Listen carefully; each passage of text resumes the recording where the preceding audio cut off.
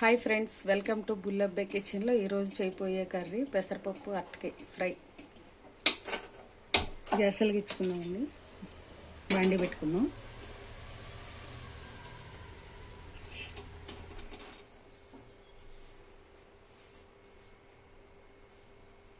బాండి హీట్ ఎక్కింది, కావాల్సినంత ఆయిల్ పోసుకుందాం.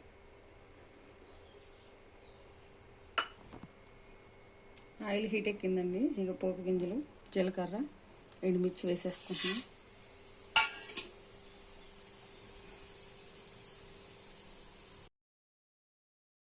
ఉల్లిపాయ, పచ్చిమిరపకాయ, కరివేపాకు వేసుకుని తిప్పుకోవాలి. ఇప్పుడు కొంచెం పసుపు వేసుకుందాం.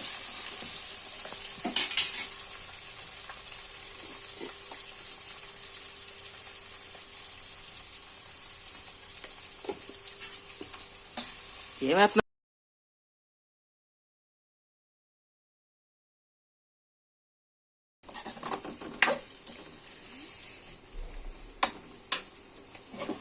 ఇందులోనే ఉప్పులో వేసి కడిగిన అరటికాయ ముక్కలు,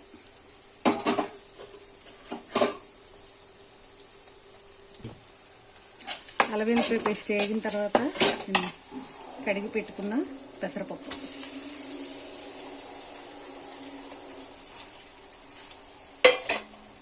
పెంచుకుని కొంచెం దూరగా వేపుకోవాలి.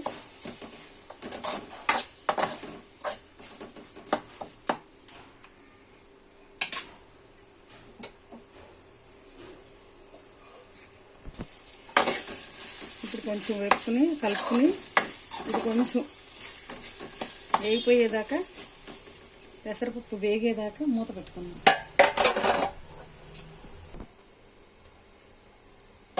పెసరపప్పు వేగిందండి, చూడండి. ఇంకా ఇలా వస్తే చాలు. ఇంకా కొంచెం పచ్చి ఉంది, ఇదిగోండి ఇలా నూనె వచ్చేస్తున్నది. ఇప్పుడు మనం అరటికాయ ముక్కలు వేసుకుందాం.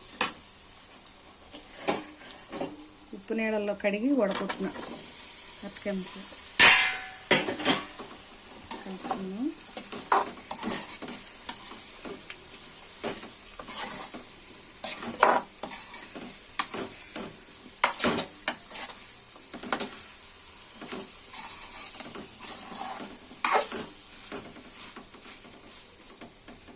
మూత పెట్టేసుకుందాం. చూసుకుందామండి, ఇంకా 10 నిమిషాల తర్వాత చక్కగా మగ్గిపోయింది.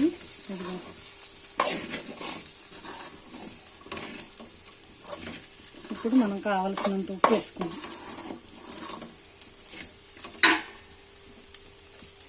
నేను 2 పెద్ద స్పూన్లు వేస్తున్నాను, కొంచెం వేసుకుంటాను.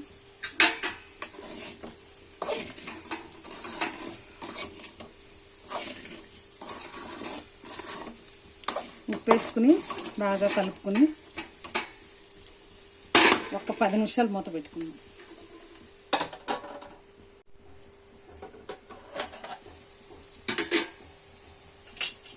చూడండి, ఉప్పు వేసిన తర్వాత అరటికాయ కూడా చక్కగా మగ్గిపోయింది. చూడండి అంత బాగుందో, చక్క పొట్టలు పడుతుంది పెసరపప్పు అరటికాయ.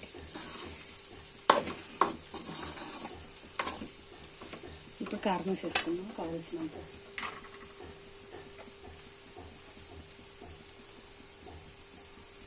కావలసినంత కారం తిప్పేసుకుని ఒక్క 2 నిమిషాలు బాగా కలిపేసుకుని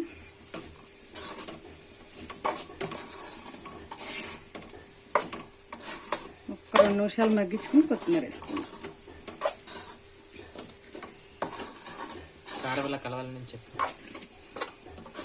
కూరలో కారం ఇలా కలవాలండి. చూడండి కారం ఎంత టేస్ట్గా ఉందో. పెసరపప్పు కూడా కనిపించట్లేదు, మగ్గిపోయి అరటికాయ ఫ్రైలో. సరే, కొత్తిమీర వేసుకుందామండి, కావలసినంత కొత్తిమీర.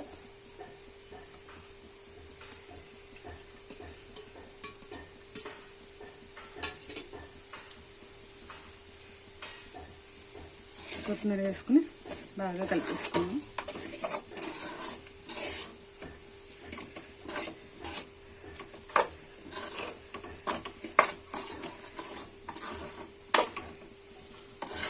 ఇంకా చూడండి చక్కగా కొత్తిమీర కూడా కలిసిపోయింది. ఎంతో టేస్ట్గా ఉంది. చూసారా, పెసరపప్పు అరటికాయ, పెసరపప్పు కలిసిపోయింది. చూడండి ఎంత బాగుందో కూర, అసలు పొడి పొడిలాడుతూ బాగుంది. చూడండి, అరటికాయ పెసరపప్పు, అంతే. అరటికాయ పెసరపప్పు కూర అయిపోయింది.